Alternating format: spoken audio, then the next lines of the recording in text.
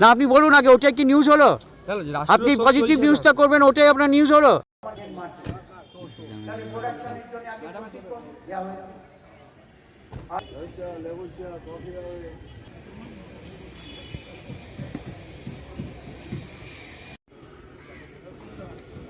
একটা জিনিস দেখা যাচ্ছে যে যেখানে রাষ্ট্রীয় শোক চলছে 7 দিন ঘোষণা রয়েছে, আপনার গাড়িতে দেখা গেল যে জাতীয় পতাকা লাগানো আছে এবং অর্ধনমিত নেই। আপনার যে গাড়িতে অর্ধনমিত নেই, সেটা আমি জানি না, আমার অগোচরে হতে পারে, বন্ধ করে দিচ্ছি, হতে পারে।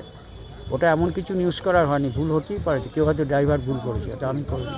আপনি তো গাড়িতে তো চেপে আপনি বলে লিখে দিন না কি হয়েছে, একটা ভুল হতেই পারে, বলেছি করেছি তো হয়তো, তার জন্য ওটাই আপনার নিউজ হলো। কতদিন মেলা থাকবে? না আপনি বলুন আগে, ওটাই কি নিউজ হলো? আপনি পজিটিভ নিউজটা করবেন, ওটাই আপনার নিউজ হলো। আমি এগে বলছি না, এটা কি নিউজ করার জন্যে? আমি হয়তো খেয়াল করিনি, ড্রাইভার হয়তো খেয়াল করেনি, এটা হতেই পারে, ভুল হয়েছে হয়তো। দেখুন, উনি একজন গণ্যমান্য ব্যক্তিত্ব, রাজনৈতিক বিচক্ষণ মানুষ। তিনি মন্ত্রিসভার একজন মন্ত্রী পশ্চিমবাংলার। তো তার কাছ থেকে এইগুলো আমরা কখনোই এক্সপেক্ট করি না। কারণ আজকে 7 দিনে যে রাষ্ট্রীয় শোক, ডক্টর মনমোহন সিংজি প্রয়াত হয়েছেন, তার কন্ট্রিবিউশন এই দেশের প্রতি, সেইগুলোকে মাথায় যদি আমরা রাখি, আমরা এই সমস্ত জিনিস করতে কখনোই পারি না। এটা মেবি ইন্টেনশনাল, মেবি আনইনটেনশনাল, আমি জানি না।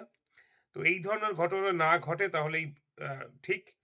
আর আমরা দেখছি এই 7 দিনের রাষ্ট্রীয় শোকের মধ্যে কিভাবে নানান দিকে সরকারের অধীনে যে সমস্ত মেলা, পৌরসভার মেলা ফেলাগুলো চলছে, নানানভাবে মৎসব চলছে, এগুলো যাতে না হয় তাহলেই ঠিক। কারণ মনমোহন সিং একজন বিরাট ব্যক্তিত্ব, তার স্মৃতির উদ্দেশ্যে এখন 7 দিন রাষ্ট্রীয় শোক পালন করতে নির্দেশ দেওয়া হয়েছে।